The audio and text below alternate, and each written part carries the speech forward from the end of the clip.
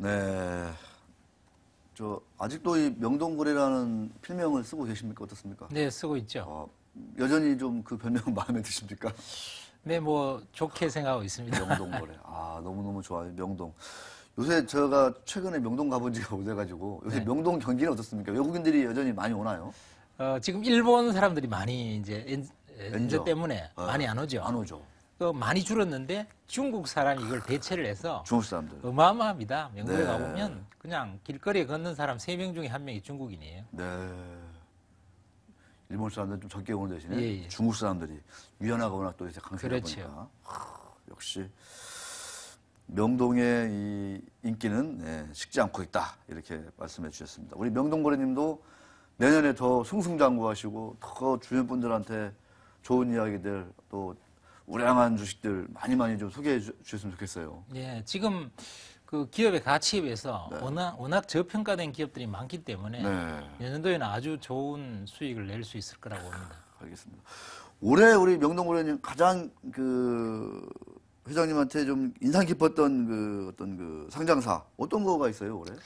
한 뭐 몇 종목 있는데요. 네. 가장 수익을 좀 많이 내줬던 것이 삼천리 자전거. 삼천리 자전거. 예, 그게 제가 6,500원대에 그 증권사 ELS 펀드에서 네. 매물 쏟아질 때 그 삼중바닥일 때 아마 추천을 많이 드렸죠. 삼중바닥. 예, 그 네. WH 회원들한테도 많이 얘기했고 이랬는데 그게 한 2만 원 넘어서 이제 매도 신호가 나갔죠. 그래서 거기서 한 200% 이상 수익이 나온 것 같습니다. 저한테도 좀 얘기 좀 해주시겠어요. 네. 부럽습니다. 네. 뭐 우리 회장님 같은 경우에는 워낙 내공 있으시니까 뭐 1바닥, 2바닥이 아니라 3중바닥 정도는 돼야 딱 타이밍 잡으시는군요. 알겠습니다. 자, 내년에도 아주 대단한 활약을 제가 기대를 하면서 무엇보다도 건강 잘 챙기셔야 돼요. 네, 건강합니다. 3중바닥에 우량주 제때 추천하시면 뭐 하겠습니까? 건강을 위하면 다 네. 무용지물 아니겠습니까? 건강은 좋으시죠, 여전히? 네, 건강 좋죠. 뭐 헬스클럽에 일주일에 한 5일 다니고 헬스클럽 다니세요? 수영도 좀 하고 이러니까. 수영? 예. 오, 뭐 치골 드러나고 막 이러는 거 아니에요? 아니요. 그럼- 식스팩은 나올까 말까 할 정도로 좀 만들고 있습니다. 진짜로요? 네. 저는 원팩 이렇게 딱 네. 탄탄한 원팩으로 저는 가고 있는데 네. 구김살 없는 원팩 있지 않습니까? 그거. 네. 죄송합니다. 제가 입으니까 이렇게 재밌게 하고 있습니다. 자, 회장님. 네. 자, 이제 내년 올해 시장 다 갔잖아요. 그렇죠. 정말 올해 시장 저는 뭐 미국은 서강체육관인데 우리는 그냥 지지부진. 이 코스피 2000에 내가 맨날 그런 얘기합니다. 무슨 강력 접촉자가 있길래 벗어나지 못하느냐, 떨어지지 않느냐, 뭐 이런 얘기를 제가 몇 번 해드렸는데 내년 우리 시장은 미국을 좀 추격할 수 있을까요? 아니면 여전히 이 큰 괴리를 유지할 수 있을까요? 어떻게 보십니까? 네. 전번에 네. 이게 출연했을 때 제가 뭐라고 그랬냐면은 연말까지 장 없다고 말씀드렸죠. 기억납니다. 예, 연말까지 장이 없다. 장 없다. 이렇게 말씀드렸고, 현대자동차의 상투가 26만 원에서 꺾어질 거다. 이렇게 말씀드렸죠. 네. 그렇게 아마 지금 된 것 같습니다. 내년도 장세도요. 지금 보니까 증권사에서 굉장히 좋게 평가하고 있더라고요. 2,300 간다, 2,400 간다, 네. 뭐 2,500 간다 이렇게 평가하고 있는데 저는 2,200 절대로 못 넣는다 이렇게 말씀을 내년에도 드리겠습니다. 와. 2,200이 이제 전고점이 2,200 살짝 네. 넘었죠. 10% 이상 오르기 어렵다. 그렇죠. 오. 이유는 어떻게 되죠? 지금 크게 보면 한국 경제가 결국 어디에 영향을 받겠습니까? 한국 경제 영향은 중국이 지금 한국 경제에 미치는 영향이 한 20% 이상 되죠. 네, 제일 커졌죠. 25% 되고 네. 미국은 10%밖에 안 되거든요. 미국 경기나 선진국 경기는 정말 회복이 빠르게 되고 있습니다. 그러니까. 그렇지만 중국이 지금 경기 둔화가 확실하기 때문에요. 네. 한국은 그 중간 정도 이렇게 선을 끊는 정도밖에 나오지 못하는 거죠. 그래서 지금 중국 증시 안 좋죠 지금. 안 좋죠. 경기 둔화는 계속 이어질 수밖에 없기 때문에요. 네. 중국이. 그래서 내년도에도 한 1,900에서 2,200 정도 박스권이라고 보시면 맞을 겁니다. 1900에서. 다만 다만. 한 가지 좀 좋은 소식 하나 드리죠. 좋은 소식. 아마 여러분들이 맞는지 안 맞는지 수첩에 적어놓고 확인해 보시기 바랍니다. 그만큼 자신 있다는 네, 얘기죠. 다만. 내년도 2014년 이후에 네. 2015년과 2016년장이 아마 굉장한 급등장이 나올 겁니다. 저는 개인적으로 2,800에서 3,000 사이 그 정도 올라간다 이렇게 보고 있습니다. 그래요? 네. 그 얘기는 좀 이따 제가 여쭤보도록 하겠습니다. 자, 내년 장세를 보면서 일단 테이퍼링 때문에 신흥시장에 돈이 빠져나가면서 유동성 장세는 이제 끝나고 뭐 이제 실적 장세로 가는 거 아니냐 뭐 이런 얘기도 있고 다양한 좀 분석들이 많은데 우리 명동고래 우리 조 회장님께서는 내년 장세는 좀 어떻게 좀 성격을 좀 규정하고 계십니까? 내년 장세는요, 역시 철저한 실적장이 될 수밖에 없죠. 뭐 외국인 매수는 계속 들어올 겁니다만, 외국인 매수가 들어온다 하더라도 결국은 제한적인 수준을밖에 못 들어올 것이고요. 그 다음에 이제 펀드 환매 매물은 계속 나올 거기 때문에, 이런 상태에서. 환매가 계속? 환매는 2천 이상에서 계속 나온다 봐야죠. 그래서 경기가 실적이 아주 좋은 것, 그런 종목들, 그런 것만 좀 갈 수 있을 것이고요. 또 동일한 업종 내에서도 양극화는 굉장히 심해질 겁니다. 그래서 되는 종목은 되고 안 되는 종목은 안 되고. 결국 따라서 내년도에도 굉장히 슬림화 장세이기 때문에 종목 발굴을 잘해야 된다 봐야죠. 실적 장세, 차별화, 슬림화 장세. 네. 그래서 결국은 종목을 잘 고르면은 뭐 이렇게 크게 시장이 화려하지 않은 가운데 네. 수익률이 높을 것이고 네. 그렇지 않으면 또 상당히 또 안 좋을 수도 있고. 그렇죠. 뭐 그냥 친구 따라 강남 간다는 식으로 네. 많이 알려진 보편적인 주식 사업권은 수익 내기가 내년도에는 거의 불가능할 겁니다. 친구 따라 장난 갈 수 없다. 예. 네, 알겠습니다. 자, 외국인 매수는 내년에도 뭐 테이퍼링 얘기 많이 나오고 있고 양적 완화 축소 지금 뭐 구체화 됐지 않습니까? 네. 그럼에도 불구하고 내년에도 외국인 매수는 좀 유효하다. 외국인 매수는 원래처럼 가파르게 매수는 안 하겠지만 꾸준히 일정 규모의 매수는 계속 들어올 겁니다. 네. 두 가지 이유죠. 네. 하나는 우리나라가 경상수지 흑자니까요. 환율이 급격히 올라갈 수는 없잖아요. 환율이 올라갈 수 없으니까 여기 환차 손이 발생할 위험성 이런 것이 없죠. 일본 같은 경우는 지금 엔저가 심해지니까 환차 손이 발생할 수 있잖아요. 그렇죠. 일본 자금들이 한국으로 들어올 수 있습니다. 그다음에 두 번째는 이머징 마켓이 지금 굉장히 안 좋죠. 네. 뭐 여러 가지 브릭스 국가가 안 좋지 않습니까? 이건 내년도에도 안 좋을 거거든요. 그렇게 되면은 결국 글로벌 메이저 입장에서는요, 이머징 마켓의 펀드에 자금을 배분할 때 결국 한국 비중이 높아질 수밖에 없게 되는 거죠. 그렇기 때문에 한국이 특별히 좋아서라기보다도 그런 이머징 마켓의 비중 조절에 따른 수혜와 그다음에 한국이 경상수지 흑자에 따라서 환차 손이 발생할 우려가 없기 때문에 상대적으로 한국에 투자를 하는 환율 그런 측면에서 안전빵이 있다. 그렇죠. 네. 자, 지금 우리 시청자 여러분들은 30년 내공의 어떤 그 실력을 좀 자랑하고 계시는 우리 조승재 회장님과 제가 나누는 내년 증시 이야기를 듣고 계십니다. 이제 2부 시작하는 거예요, 이제. 네, 그렇습니다. 자, 내년 아까 종목을 뭐 이렇게 친구 따라 갈 수는 없지만 종목을 잘 고르면은 네. 좀 상당히 좋은 수익률이 예상된다. 예. 이런 말씀해 주셨어요. 예.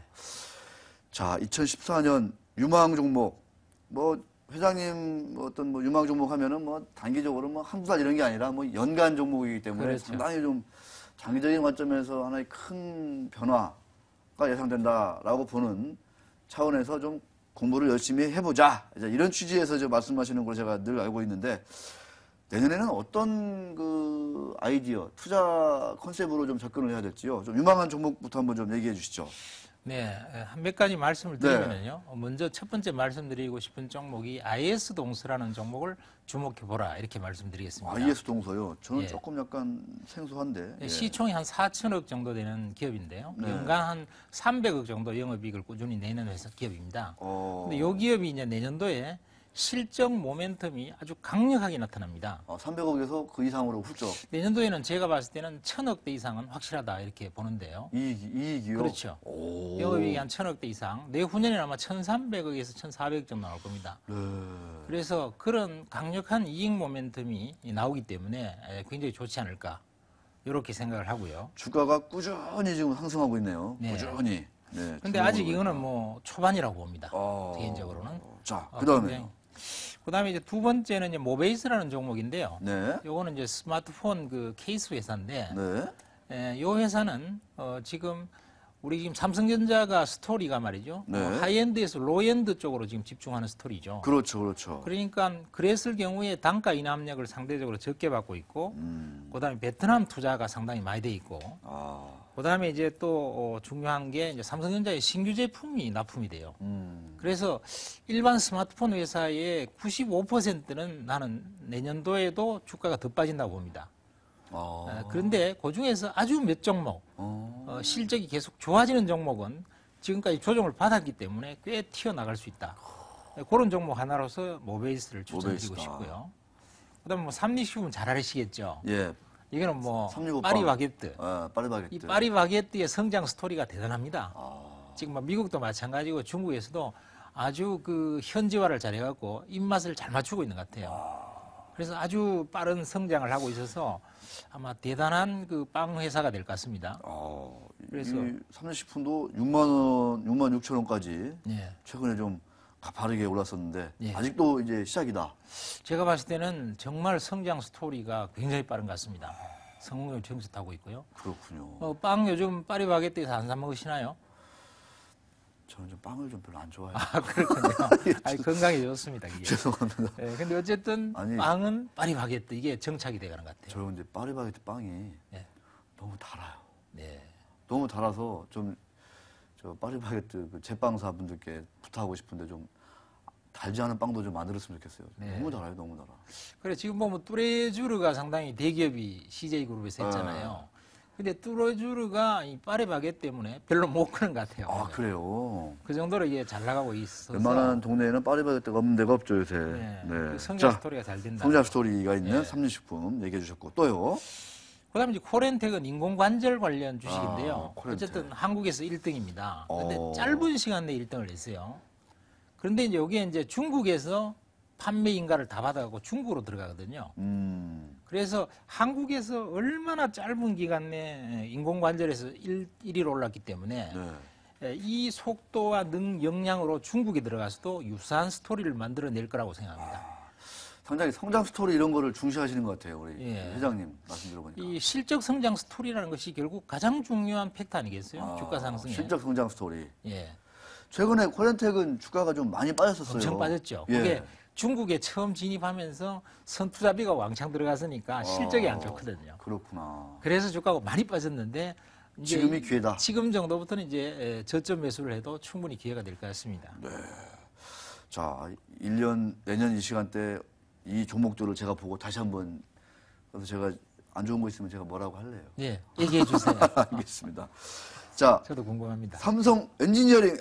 올해 많은 기관들도 울렸고, 이거 개인들도 엄청 손해보고 삼성 엔지니어링을 꼽아주셨어요. 예. 야속하게도. 예. 어떤 이야기입니까, 이 얘기는? 예. 이제 특별한 변화가 없으면 삼성 엔지니어링 저는 계속 이 주식은 제외하라고 말씀드렸을 겁니다. 네. 근데 여기에 두 가지 변화가 나타났죠. 변화. 중요한 변수가 나타났는데 하나가 CEO를 바꿨죠. 삼성그룹의 상당히 핵심 역량이 있는 CEO로 교체를 했죠. 이게 아마 기획조정실 이 최고 탑에서 내려온 것 같습니다. 그렇기 때문에 이것은 회사를 한번 뒤집겠다는 뜻이 되겠고요. 두 번째는 삼성물산이 계속 매집을 하고 있잖아요. 하고 있죠. 그래서 결국은 삼성물산의 어떤 성장 스토리에 묻어서 이것이 다시 좋아질 것은 틀림없이 보인다. 이렇게 생각됩니다. 결국 CEO 교체야말로 기업의 변화에 굉장히 첫 출발이거든요. 그래서 그것이 됐기 때문에 안 됐으면은 투자하면 안 되죠. 알겠습니다. 이 각각의 기업들, 우리 시청자분들 정말 열심히 공부하시고, 또 본인들과 맞는 그것도 찾는 것도 뭐 본인들 역할이겠죠. 사실. 이번에 또 뭐 특별상여금을 삼성 특별상여금을 삼성엔진이 안 줬잖아요. 안 좋죠. 안 줘서 그다음에 이익을 내면 준다 이렇기 때문에 아마 독을 품고 할 겁니다. 전 직원이. 그런 측면에서도 네. 다양하게 분석하시는군요. 네. 알겠습니다. 얼마나 열받아요. 해외 그 저가 수지 때문에 적자 나가지고 네. 상여금도 다 떼이고 네. 독을 품는다. 정신 차리겠죠. 독을 품고. 알겠습니다. 그럴 수도 있을 것 같고 CEO가 교체됐다는 거. 그러니까 그렇죠. 기관의 부실이나 이런 것들을 다 예. 들춰내고 예. 정리하고 새 출발할 수 있다. 그렇죠. 물산이 지분을 들고 있기 때문에 무언가 물산의 어떤 영향력이 더 강화되는 거 아니냐 예. 이렇게 볼 수 있는 거고 최근에 계속 샀잖아요. 샀죠. 예. 네, 맞습니다. 자, 2014년 유망한 그 종목, 예, 우리 조 회장님이 요새 열심히 공부하시는 종목들 얘기를 해주셨는데 대형주도 있고, 네, 중소형주가 많네요. 자, 관심 가진 분들은 한번 좀 열심히 공부해 보시기 바라겠습니다. 자, 내년도 이제 시장을 보면서 또 주목할 만한 그 어떤 그 테마, 저는 테마라는 말을 제가 별로 안 좋아해서요. 예. 주목할 만한 어떤 그 섹터, 예, 이런 거 투자 있습니다. 섹터, 아이템 뭐 이런 게 있을까요? 예, 예. 네. 일단 뭐 영원한 섹터라고 볼 수 있는 게 중국 성장 기업이죠. 중국 성장. 중국의 소비 시장과 내수 시장은 결국 엄청나게 커지겠죠. 상상을 초월하는 수준으로 커질 텐데요. 이 시장에서 성공하는 기업이 의미가 있습니다. 실패하는 기업이 또 많거든요. 네. 중국은 참 까다로워요. 보통 이제 중국 시장이 진입하기 쉽다 생각하지만 중국 시장이 굉장히 까다로운 것은 글로벌 기업들이 중국에 다 들어갔거든요. 그래서 이 글로벌 경쟁이 벌어지고 있는 것이 중국 시장입니다. 네. 그러니까 거기에서 이길 수 있는 기업은 결국은 주가가 많이 오를 수밖에 없죠. 그다음에 헬스케어 쪽도 결국 내년도에는 꽤 좋아지기 시작할 겁니다. 왜냐하면 선진국이 미국과 유럽이 좋아지기 때문에 요 중에서 다만 글로벌 경쟁력을 확고히 가지고 있는 기업, 가지고 없는 기업은 헬스케어라도 망한다고 봐야 되죠. 네. 그다음에 우선주가 좋을 겁니다. 기왕 투자한다면 우선주? 같은 종목 중에서는 우선주를 사야 되죠. 어. 왜냐하면 지금 우선주하고 보통주하고 지금 격차가 그래도 좀 올랐지만 네. 그래도 아직 2배, 3배 차이가 나거든요. 그 정도 3분의 1 정도밖에 안 되기 때문에 결국 우선주가 점진적으로 아마 외국인 큰 세력이 하나 들어왔죠. 네, 그렇죠. 그게 하나 촉발하면서 우선주 상승 여력이 더 클 겁니다. 그다음에 마지막으로는 이제 구조조정하는 기업들이 많거든요. 아마 이 구조조정은 내년까지 진행될 거예요. 네. 그래서 구조조정을 엄청 강하게 해서 부실을 다 떨어내고 새로운 출발과 성장 스토리를 가질 수 있는 기업들은 내년도에 이제 제일 빨리 잘한 기업들은 내년부터 움직일 거고요. 그다음에 못한 기업들은 내후년에 아마 시세가 많이 날 거예요. 아, 그래요. 그래서 내년과 내후년은 이 구조조정을 구조조정. 철저하게 한 턴어라운드 주식 잘 봐야 될 겁니다. 네. 최근 뭐 참고로 더 여쭙자면 두산이나 현대그룹처럼 좀 구조조정 좀 잘하고 있다. 동부 이렇게 좀 그렇게 평가하고 계시나요? 아니면 조금 미흡하다 이렇게 보시나요? 미흡하죠. 지금 뭐 급하니까 네. 우선 돈이 없고 지금 채권 시장에 채권 발행도 잘 안 되고 하니까 급하니까 이제 자산을 좀 많이 팔아서 구조조정하겠다는 정도인데요. 그 정도 갖고는 아직 안 되는 거죠. 더 철저한 구조조정 과정이 필요하다 이렇게 봅니다. 알겠습니다. 저도 이제 뭐 저는 좀 이게 워낙 뭐 내공도 약하고 실력 뭐 이렇게 많이 이렇게 배움이 얕아서 그렇긴 한데 저도 이게 보면은 이 바이오 헬스케어가 이제 우리나라에서 한번 네. 산업적으로 좀 역할을 할 때가 되지 않았느냐. 네. 그동안에 숱한 우여곡절이 있었잖아요. 예, 그런 그렇죠. 생각이 들어서 내년, 내후년 이쪽 산업에서 뭐 박근혜 정부 창조경제도 좀 약간 좀 맥이 네. 닿는 것 같고 어떻게 우리 회장님이 주목하는 이 바이오 헬스케어 주 네. 어떤 좀 관련한 그 종목들이 좀 있나요? 좀 어때요? 근데 그 중에 한 두서너 개 이렇게 주목한 게 있었는데요. 네. 그 중에 제일 제가 좋게 봤던 것이 이미 많이 떠버렸어요. 아. 비옥스라는 건데, 아, 떼버렸구나. 예, 그게 디지털 쪽으로 완전히 전환을 하면서 하나의 차원을 달리했기 때문에 굉장히 실적도 좋아지고 하는 그건 떠버렸고, 네. 그다음에 이제 후속으로 좀 볼만한 것들은 이제 바이오 스페이스하고 인포피아 정도를 관찰해 볼 수 있을 것 같습니다. 아, 후속으로. 예, 예, 뷰옥스가 이미 떠버렸군요. 예. 와, 많이 떴네요, 진짜. 비행기도 아니고 참 많이 떴네요, 진짜. 미리 좀 얘기해 주시지. 농담입니다. 어디 2부에 좋은 계획 있으세요, 우리 회장님? 오늘 밤에 크리스마스 이브인데. 좋은 계획은 오늘날 명상이나 좀 하면서 지나온 한 해를 탁 되돌아보고 내년을 또 한번 머릿속으로 또 그리고 계시겠군요, 우리 회장님은. 자, 현대차 30만 원은 어떻습니까? 내년에 우리 회장님이 계속 얘기하는 게 저는 기억 남는 게 현대차 30만 원인데 네. 어떻습니까, 현대차? 현대차 내년 중에는 어려울 것 같습니다. 어렵다. 역시 엔저 부분하고 그다음에 여러 가지 이제 구조조정 부분이 좀 남았기 때문에요.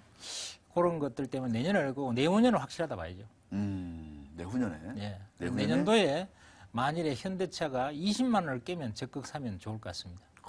그래요. 예. 20만 원 깨면. 예. 알겠습니다. 어떤 분은 제가 최근에 만난 분이 그러더라고요. 내년에 삼성전자 다들 안 좋게 보는데 자기는 한 210만 원 정도 본다 이렇게 얘기하시거든요. 네. 회장님은 뭐 우리나라 대장주 삼성전자는 어떤 좀 판단하고 계십니까? 네, 삼성전자는 한 160만 원 정도가 탑이 아닐까 이렇게 생각하고 있습니다. 뭐 많이 올라가면 170 갈 수도 있겠지만 어쨌든 기록적인 주가 급등은 안 나올 것이다 하는 건데요. 왜냐하면 지금 이 그 수익이 제일 높은 쪽이 그 하이엔드 스마트폰 쪽이죠.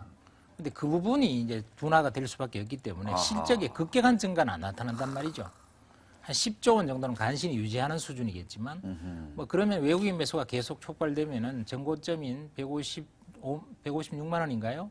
그거는 살짝 돌파하는 수준 정도는 나올 수 있겠지만 그렇게 큰 시세는 없다. 큰 시세는 나오기가 어려울 걸 봅니다. 그 후년에나 좀 가능할 수 있다? 그 후년은 가능하다 봐야죠. 알겠습니다. 자, 저 또 개인적으로 약간 좀 관심 갖고 있는 것 중에 올해 그 조선주, 화학주들 예. 좀 저점에서 좀 반등을 상당폭 했다가 다시 또 주춤하는 모습을 보였거든요. 예. 그러면서 내년에는 이 조선주들이 이 대형주 중에서는 좀 실적이 좀 이제 바닥을 확인하면서 좀 관심받지 않겠느냐 이런 전망들 애널리스트 좀 했어요. 네. 회장님 견해는 어떠세요? 네, 뭐 조선이나 석유화학주가 급락할 가능성은 별로 없습니다. 그러나 크게 신고가를 내면서 돌파할 가능성도 또한 없다고 생각됩니다. 왜냐하면은 중국이 경기가 완전히 둔화되고 있기 때문에요. 선진국은 좀 좋아지지만 3% 아닙니까? 미국이 뭐 내년도 좋아지만 3, 4%일 거고 유럽이 한 1% 선이거든요. 그거 갖고는 이 발주량이 뭐 급격히 증가한다고 볼 수는 없죠. 그렇기 때문에 제한적 수준의 반등 정도만 기대하는 것이 맞지 않을까 생각합니다. 내년에는 예. 결국 이 조선이나 화학 이런 업종은 좀 중국이 좀 뒷받침해줘야 된다. 그렇죠.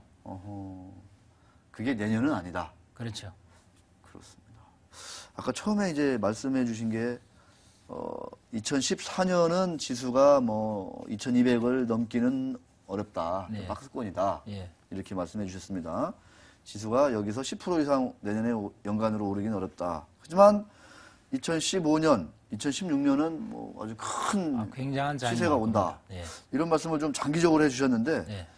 어차피 이제 우리 저 회장님은 좀 장기적인 그림을 제가 많이 좀 여쭤보는 예. 이제 분이신데 어떻습니까? 그 2014년 이후에 그렇게 좀 좋게 보시는 좀 이유라도 있으신가요? 네, 제가 몇 가지 말씀드려볼게요.